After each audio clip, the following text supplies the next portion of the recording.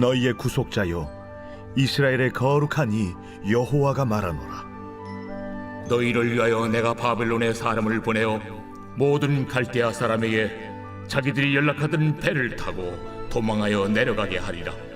나는 여호와 너희의 거룩한 이요 이스라엘의 창조자요 너희의 왕이니라. 나 여호와가 이같이 말하노라. 바다 가운데 길을 큰 물 가운데에 지름길을 내고 병거와 말과 군대의 용사를 이끌어내어 그들이 일시에 엎드러져 일어나지 못하고 소멸하기를 꺼져가는 등불 같게 하였느니라. 너희는 이전 일을 기억하지 말며 옛날 일을 생각하지 말라. 보라, 내가 새 일을 행하리니 이제 나타낼 것이라. 너희가 그것을 알지 못하겠느냐? 반드시 내가 광야의 길을 사막의 강을 내리니 장차 들짐승 곧 측량이와 타조도 나를 존경할 것은 내가 광야의 물을 사막의 강들을 내어 내 백성 내가 택한 자에게 마시게 할 것입니다. 이 백성은 내가 나를 위하여 지었나니 나를 찬송하게 하려 함이니라. 블루오션이라고 일종의 경제 언어인데 지금 직업군이 참 많잖아요. 근데 그 많은 직업들 중에 이제 어떻게 보면 포화 상태에 있는 직업들이 있어요. 우리 특히 자영업자들이 소상공인들 같은 경우는 두 집 건너 하나의 커피숍, 치킨집, PC방들이 많이 있잖아요. 서로 이제 너무 많다 보니까 포화 상태. 그러한 포화 상태에 있는 그런 직업들이 종종 있어요. 그런 직업군들이. 근데 그런 가운데에도 이제 사람들이 알지 못하는 새로운 영역, 지금은 알지 못하지만 이 새로운 영역이 앞으로 비전이 있는 그러한 영역에 대해서 블루오션이다. 아직 사람들에게 알려지지 않은 새로운 시장을 말하고 그 시장이 큰 경제적 유익을 주는 분야, 이것을 블루오션이라고 합니다. 이 블루오션을 찾아내기 위해서 지금 많은 기업인들이, 자영업자들이, 사람들이 연구하고 어떤 것을 하면, 어떤 일을 하면 돈을 벌 수 있을까 얼마나 고민을 많이 하겠어요. 그런 새로운 분야를 찾고 있어요. 대기업의 브레인, 두뇌라고 하시는 사람들도 어떻게 이익을 낼 수 있을까 하며 찾고 있습니다. 그런데 그런 블루오션은 하늘의 별따기처럼 쉽지 않습니다. 왜냐하면 개척과도 같기 때문에 처음 시작하는 그러한 것일 수도 있기 때문에 하늘의 별따기처럼 어려워요. 복권 당첨처럼 어렵습니다. 석유 채굴을 하는 사람들이 있어요. 석유 채굴을 하는 사람들이 있어요. 그 석유 채굴을 하는 사람들은 하나 땅을 파야 되잖아요. 땅을 파는데 하나의 땅을 파는데 약 3,000m에서 5,000m를 판다고 해요. 석유 요새 이제 워낙 석유에 대해서는 가치가 있으니까 석유를 채굴하기 위해서 많은 기업들이 석유 채굴을 위해서 나왔습니다. 그래서 3,000m, 5,000m 땅을 파는데 100개를 파면 그렇게 3,000m, 5,000m 땅을 100개를 파야지 두세 개 정도 석유가 나온다고 해요. 두세 개 정도. 우리가 땅 파는 거, 우리가 3,000m면 엄청난 거예요. 그렇죠? 세계에서 가장 높은 빌딩이 1,000m가 안 돼요.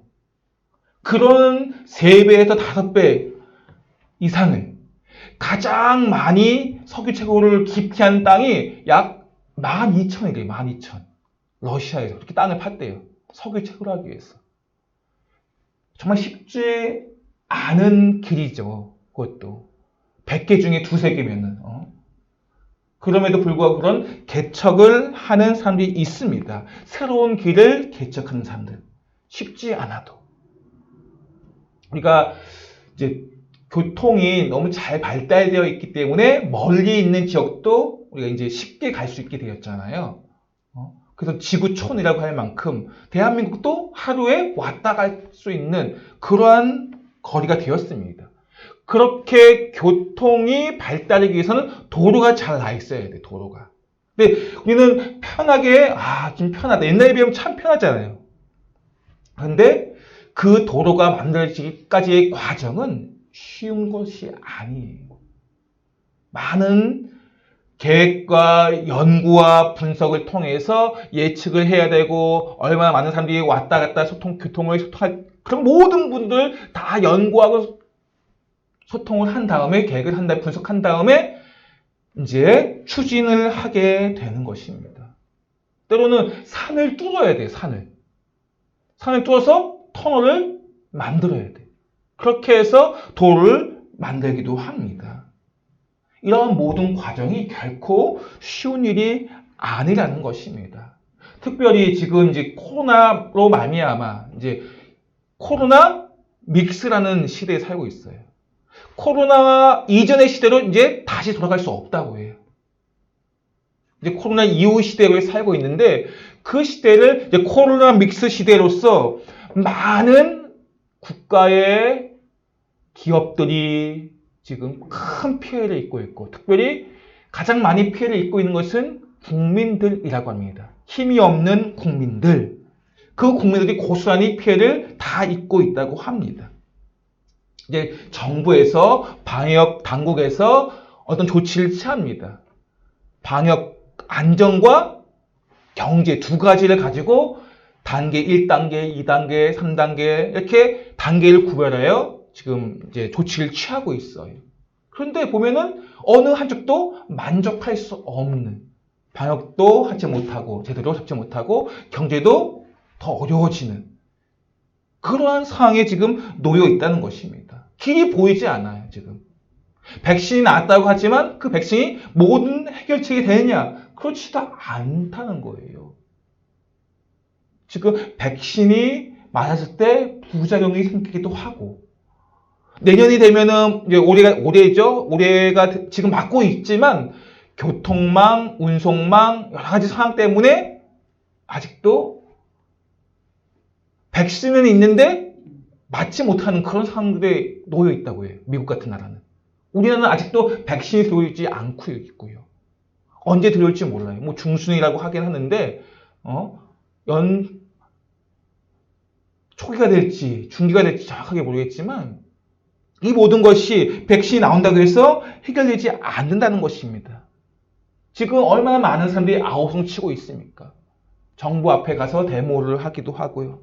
많은 사람들이 현실에 낙심하고 절망하는 가운데 놓여 있습니다. 조그만 어떤 일이 있으면 민감해져서 화를 내요, 이제는 막. 서로가 힘들이 드니까. 그런 민감한 가운데 싸움이 일어나기도 합니다. 이런 코로나 믹스 시대 속에서 우리 그리스도인들은 어떻게 살아야 하는가? 하나님의 백성은 어떻게 살아야 하는가? 사면초가와 같은 그런 상황 속에 놓여 있는데 우리는 어떻게 살아야 되는가? 길이 보이지 않는 깜깜한 그러한 시대에 살고 있는데 어떻게 해야 하는가? 그것뿐만이 아니죠. 또 우리는 코로나 때문에 어려운 시대에 살고 있기도 하고 불공정한 사회 때문에 어려워하기도 합니다. 사회가 공평하지 않다고 여겨요. 코로나로 어렵고 불공정한 사회로 어렵고 그렇게 길을 잃어버린 세대가 바로 이 세대예요. 힘의 논리에 의해 좌지우지되는 그런 시대에 그리스도인이 산다는 것은 결코 쉬운 일이 아니에요. 이런 시대에 우리가 그리스도인을 산다는 것, 어떤 길을 선택하면 우리가 어떻게 살아야 할까요? 하나님께서는 하나님을 믿는 백성들에게 어떻게 살라고 말씀하시냐? 좁은 문, 좁은 길로 가라고 말씀하셔요. 모든 사람이 들어갈 수 있는 그러한 문, 그런 길이 아니라 좁은 문, 좁은 길로 가야 함을 말씀하고 있다는 거예요. 어떻게 보면 개척의 길과 비슷할 것입니다. 어떤 개척이든 쉬운 개척은 없어요. 처음 시작은 맨 땅에 헤딩하는 것 같이 힘이 들고 어렵기 때문에 모든 개척은 힘들고 어렵습니다. 그런 개척의 마음처럼 우리가 이 시대를 좁은 문, 좁은 길로 가야 함을 하나님께서 말씀하고 있다는 것입니다. 개척의 길을 가면 분명히 10중 8구는 사업이 무너진다고 해요. 그럼에도 불구하고 개척을 해야 하는 시대, 새로운 길을 개척하는 좁은 길, 좁음을 가야 하는 것이 하나님의 사람들이라고 말하고 있다는 것입니다. 하나님께서는 그렇게 말씀하고 있어요. 그러면 왜 하나님께서 그렇게 좁은 문, 좁은 길을 가라고 말씀하실까요?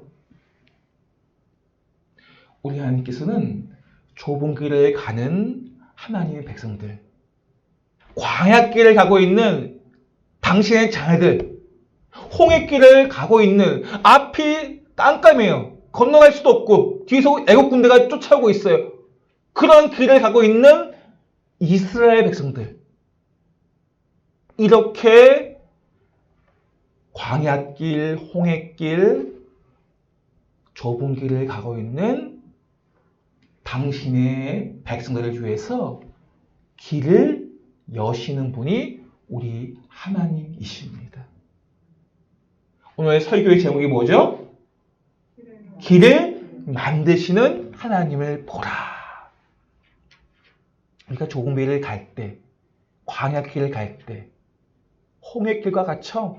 정말 두려움 속에 가는 길다 할지라도, 그러한 길을 걸어간다 할지라도 우리가 길을 만드시는 하나님을 볼 수만 있다면 우리의 마음이 두려움 속에 갇혀있지 않을 수 있습니다. 우리 하나님이 길을 만드시는 하나님이심을 믿으시기 바랍니다. 광야길을 걸어가고 있는 우리의 이 삶에 사막의 강을 내셔서 그 길을 걸어갈 수 있도록 하시는 분이 바로 우리 하나님이시라는 것입니다. 길을 만드시는 하나님을 올 한 해 또한 우리의 삶 가운데 인격적으로 만나시는 은혜가 있기를 예수님을 축복합니다. 우리가 함께 읽은 본문의 배경은 바벨론 포로 끌려간 이 이스라엘 백성들, 포로 끌려갔어요. 그런 끌려간 백성들에게 구원의 역사를 이제 앞으로 일어날 것이다 라고 예언을 하는 말씀이에요.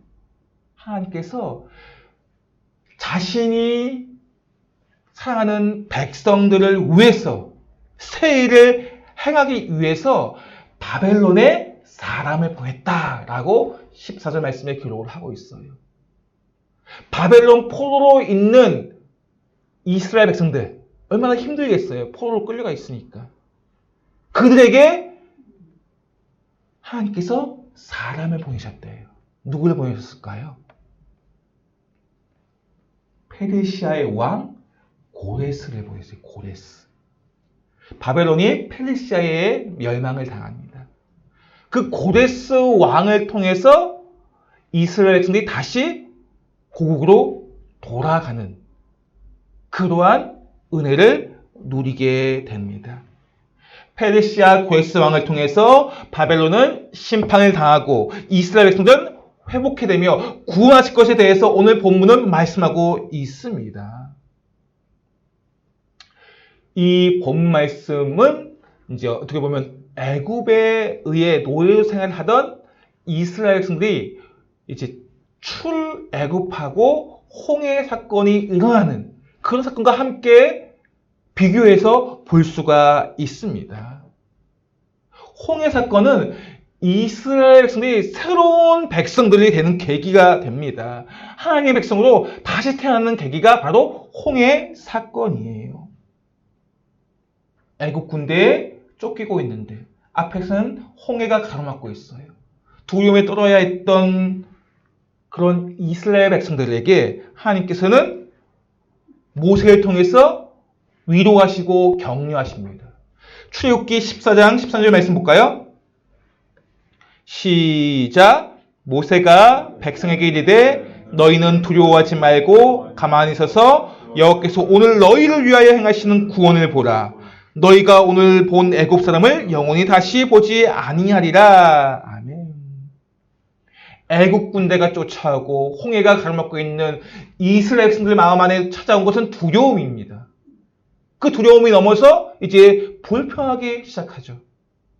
그러한 이스라엘 백성들에게 하나님께서 모세를 통해서 말씀하시는 거예요.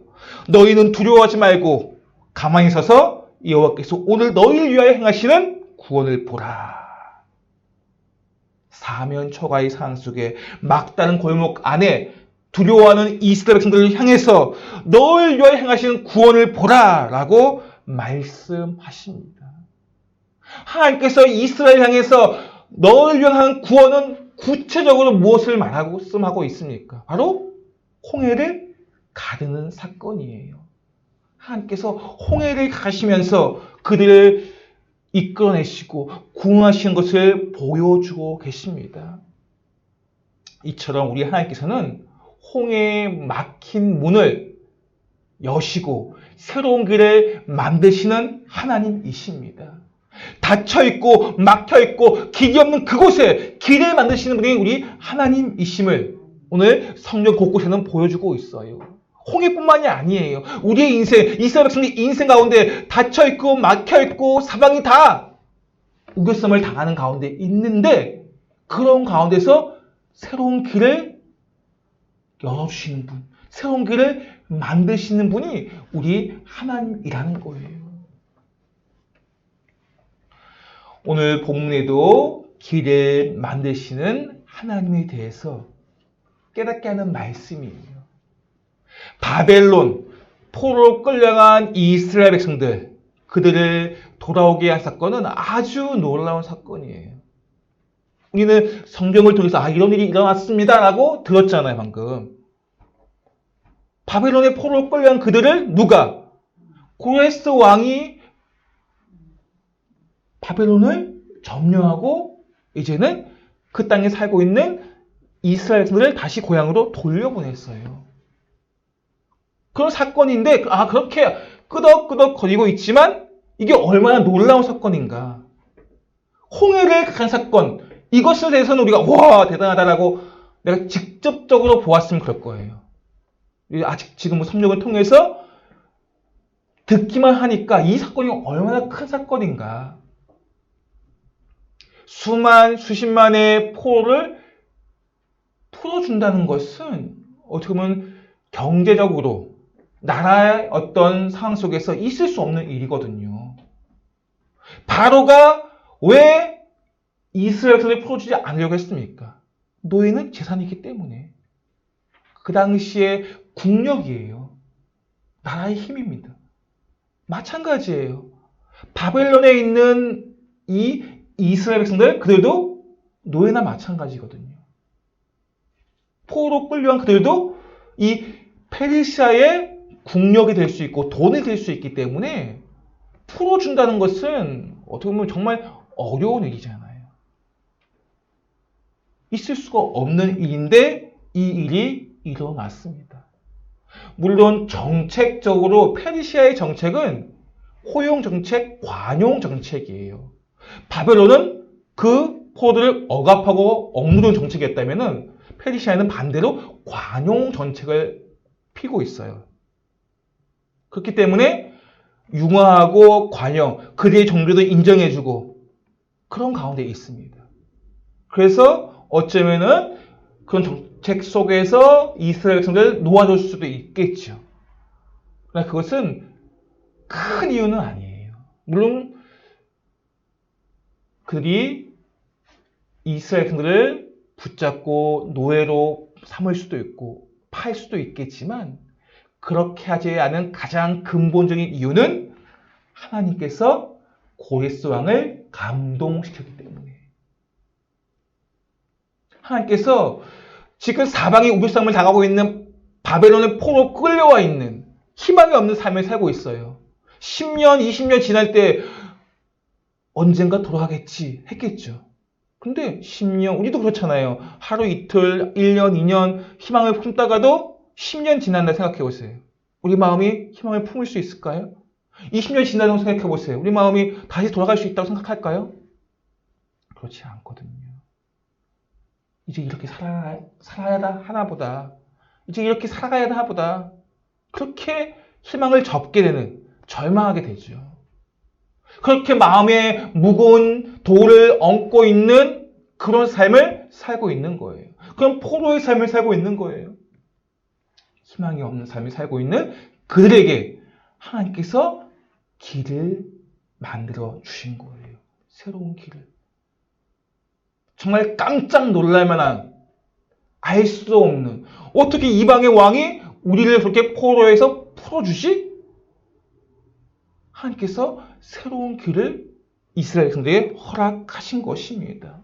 절망 가운데 있는, 낙심 가운데 있는 그들을 향해서 하나님께서 말씀하십니다. 이사야 43장 16절 17절 말씀입니다. 시작. 나 여호와가 이같이 말하노라. 바다 가운데 길을, 큰 물 가운데 지름길을 내고 병거와 말과 군대의 용사를 이끌어내어 그들이 일시에 엎드러져 일어나지 못하고 소멸하기를 꺼져가는 등불 같게 하였느니라. 아멘. 지금 이사야 선지자를 통해서 이 상황, 우리가 함께 방금 읽은 본문은 출애굽의 상황이에요. 출애굽에 있었던 상황들을 바벨론에 똑같이 일어날 것이다 라고 말씀하고 있는 거예요. 하나님의 구원의 역사가 홍해 때도 있었지만 포로 끌려온 너희들 때에도 그 구원의 역사가 있을 것이다. 이렇게 말씀하고 있는 것입니다.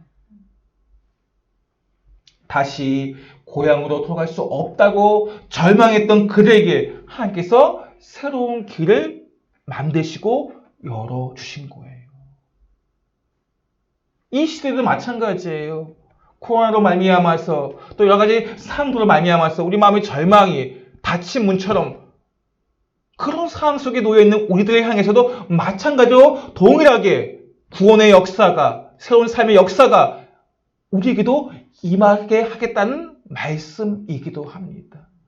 우리 하나님은 이스라엘 백성만의 하나님이 아니에요. 온 인류의 하나님이십니다. 우리의 아버지 하나님이세요.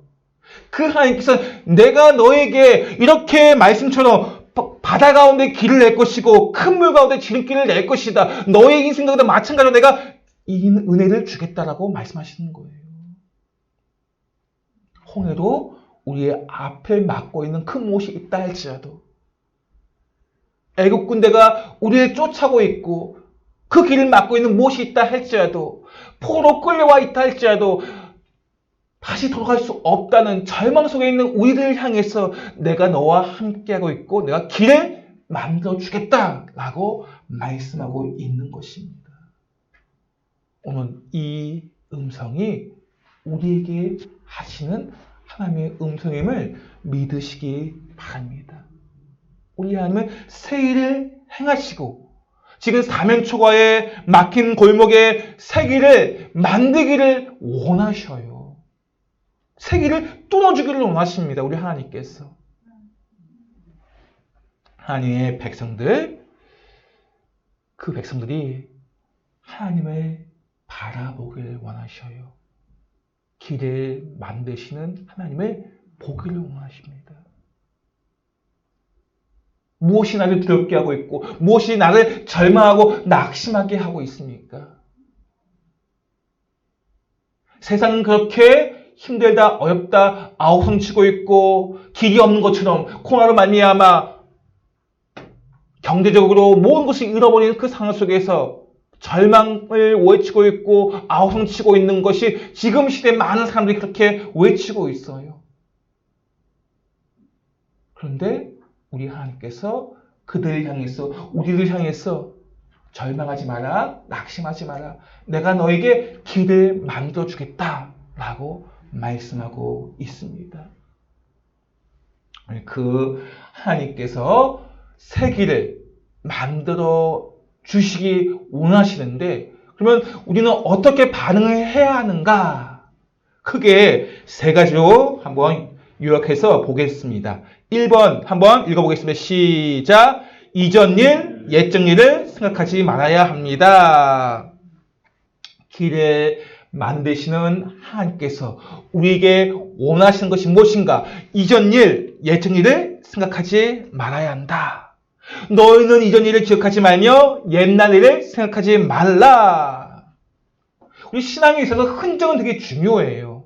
그 흔적을 통해서 우리가 하나님을 기억하기 때문에 흔적은 참 중요한데, 흔적에 매여 있고 집착하고 갇혀 있어서는 안 됩니다. 나에게 흔적을 주신 이유, 그것은 앞으로 전진하라고 주신 거지 과거의 것만 추억하고서 가만히 머물러 있기로 하시는 것이 아니에요. 하나님께서는 내게 주신 그 흔적을 통해서 더 크신 하나님을 만나도록 그걸 원하셔요. 그런데 과거의 일, 이전 일, 예전 일, 우리가 그렇잖아요. 저희도 이제 어르신들이 옛날에, 우리도 마찬가지, 옛날에 좋았는데 할 때가 있잖아요.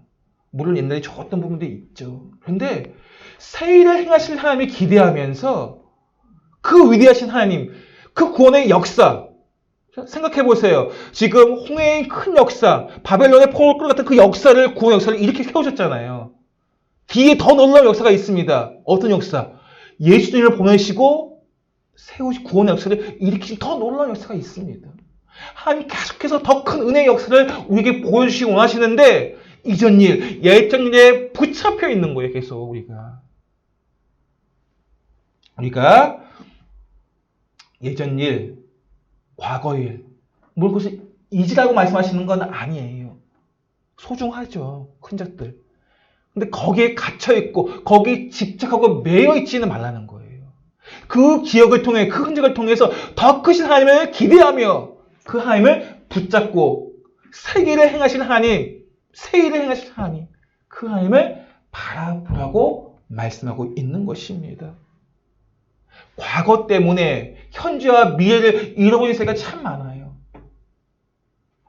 과거를 통해서 현재와 미래가 더욱더 휘황찬란하게 세계를 만드신 하나님과 함께 나아가야 하는데 과거 때문에 그걸 못한다니까요. 누가? 바리새인과 서기관들이. 과거의 모세의 그 율법 거기에 묶여서 집착해서 거기에 묶여서 바리새인과 서기관과 같은 그런 어리석은 삶 가운데 현재를 미래를 나아가지 못하는, 전진하지 못하는 그들의 삶처럼 이 시대에 살고 있는 사람들도 예전 일, 이전 일 때문에 앞으로 전진하지 못하는 삶이 있다는 거예요. 과거에 그랬으면 어떻습니까? 우리 하나님은 과거를 통해서 앞으로 전진하고 새롭게 회복시키시고 더 놀라운 것을 보여주기 원하시는 하나님이세요. 과거를 돌아보는 것은 필요합니다. 그러나 과거에 묶여있지 마세요. 과거에 매여있지 마세요. 거기에 집착하지 마시고 오늘 우리와 함께 하신 하나님, 그 하나님께서 내일을 더 놀라운 것들을 주시기 원하시고 세계를 만드시기 원하신다는 거예요. 그 하나님을 붙잡으시고 그 하나님과 함께 하시고 길을 만드시는 하나님을 우리가 끝까지 바라보는 은혜가 있기를 예수님이 축복합니다. 길을 만드신 하나님, 그 하나님 원하시는 것 두 번째 함께 읽겠습니다. 시작. 말씀의 로드맵을 따라가야 합니다. 19절 말씀이에요. 시작. 보라, 내가 새 일을 행하느니 이제 나타날 것이다. 너희가 그것을 알지 못하겠느냐? 반드시 내가 광야의 길을 사막의 강을 내리니. 아멘. 말씀의 로드맵을 따라가야 한다. 우리 하나님께서 보라, 내가 새 일을 행하겠다 말씀하셨어요. 그러면 이제 우리는 하나님이 말씀하신 로드맵을 따라가기만 하면 돼요. 내 뜻대로가 아니라, 내가 계획한 대로가 아니라 말씀의 로드맵. 요즘 이제 구글로 인해서 구글 맵 있잖아요. 구글 맵. 그것만 있으면 내가 어딜 가더라도, 우리 핸드폰 있으니까 구글 맵만 있으면 어디 가도 내 위치를 확인하고 갈 수가 있어요. 정말 좋은 시대에 살고 있어요. 길이 잃어버릴 이유가 없어요. 이제는 핸드폰만 있으면. 이제 구글에서 이제 로드 뷰라고 해서 이제 입체적으로 볼 수 있는, 전에는 이제 지도만 보이는데 지금은 입체적으로 볼 수 있기도 했어요. 내가 볼 수 있는 지금 위치를 사방에 볼 수 있기도 해놨어요. 이렇게 구글만으로도 내가 길을 갈 수가 있습니다. 근데 우리 인생의 로드맵은 하나님의 말씀이에요. 차의 내비게이션보다 더 놀라운 지도가 우리 인생을 안내하는 것이 바로 하나님의 말씀입니다. 그 말씀이 우리의 로드맵이 될 때 우리 인생은 길을 만드신 하나님을 만날 수 있고 경험할 수가 있는 거예요.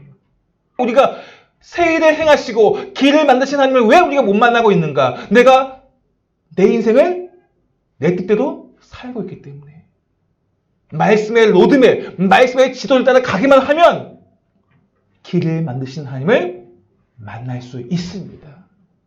오늘 우리가 길을 만드시는 하나님을 인격적으로 만나는 은혜가 말씀의 로드맵, 말씀을 따라가는 그 순종함에 있다는 것을 기억하시고 말씀과 함께 살아가시는 올 한 해가 되시기를 예수님이 축복합니다.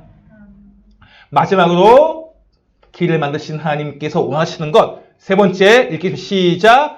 감사 찬양의 길을 걸어가야 합니다. 21절 말씀이에요. 시작. 이 백성은 내가 나를 위하여 지었나니 나를 찬송하게 하려 함이니라. 아멘. 하나님께서 이 백성 우리들을 하나님께 지으시고 하나님을 찬송케 하려고 많으셨다라고 말씀하고 있습니다. 우리가 이 땅에 살아가는 우리의 인생길을 걸어가야 하는 그 길 속에 감사 찬양의 길을 걸어갈 때 우리가 행복한 길을 걸어가는 것이고 길을 만드신 하나님을 경험할 수 있는 내가 가는 그 길이 내 인생길이 불평과 원망의 삶을 살아가고 있다면 어떻게 우리 길을 만드시는 하나님을 만날 수 있겠습니까? 때로는 길이 막혀있다 할지라도 돌아가면서 감사 찬양의 길을 그 길을 걸어갈 때 길을 만드시는 하나님을 우리가 경험할 수 있는 것입니다. 불평과 원망이 아니라 감사 찬양이 넘치는 인생길을 살아가는 그런 은혜가 있기를 합니다. 이것이 복이에요. 감사 찬양의 길을 걸어가는 것. 우리가 그 감사 찬양의 길을 걸어가도록 지음받았음을 잊지 마시고 오늘 우리에게 주신 말씀을 붙잡으시고 하나님 우리가 길을 만드신 하나님을 만나길 원합니다. 이전 일, 예정 일을 생각지 아니하고 말씀의 로드맵을 따라가서 감사 찬양의 길을 걸어감으로 하나님과 함께 길을 만들어가는 은혜를 누릴 수 있도록 우리 모두가 그러한 은혜 가운데 머물기를 예수님으로 간절히 축원드립니다.